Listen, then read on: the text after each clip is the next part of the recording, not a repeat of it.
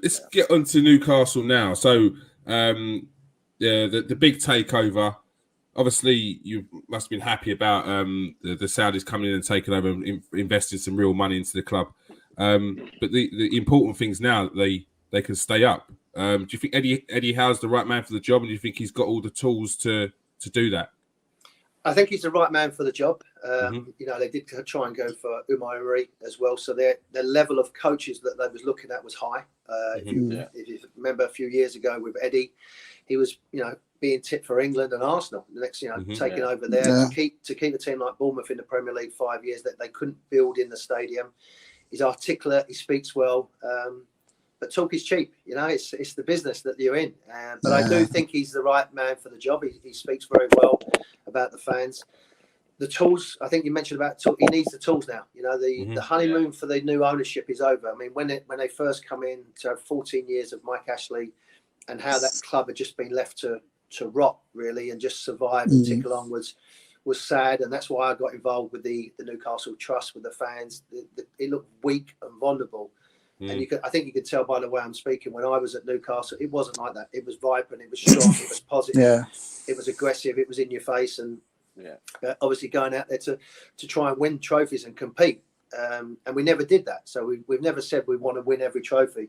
And with the new ownership coming in and just being, you know, transparent with the fans, speaking to them, give them a little bit of respect, because, you know, that club is all about its fans, you know, and I know a lot of clubs say that, but, you know, when you go into Newcastle, the first thing you see is a stadium. And that's the heartbeat of the city, and the heartbeat of that club is the fans. And, you know, the new owners have gone in there and said the right thing, even a silly thing, and I said it before, you know, cleaning the windows, just coming in there, making it look respectable. Because I went there a couple of years ago and it was like a shop on the corner that was looking to rot away. So from that point of view, obviously the new owners have come in. Now that's gone though, you know, they've got the result against Burnley. The new owners now have got the pressure's on a little bit. You know, the fans are not demanding, but they're hoping for Jesse Lingard, a Trippier, Connor Cody. You know, people that understand the Premier League and keep us up. And then from that, you can build on maybe what you're going to get and what Man City have done, what Chelsea have done, what the other, you know, wealthy owners have done. So it's a real difficult time. You know, we're in a relegation battle, and even with them players, it's still going to be a challenge to stay up. But I do think there's enough hard work and commitment with Eddie and drive. I think he's that type of. I would like to play for Eddie. I think he comes across well. I think he's a man. Management's good. If you're honest, and again that word trust, he would put that in there. And now the owners have got to try and back him and stay up. And maybe that's not going to be good enough. But I just look at, you know, the other clubs that are down there. They haven't got the resources. So I'm just hoping, you know, I've had a conversation with some people up there. They're not sure how much they're going to spend, and that worries me, because you might have to overspend, which is, we all know about this transfer window. It's not the easiest one.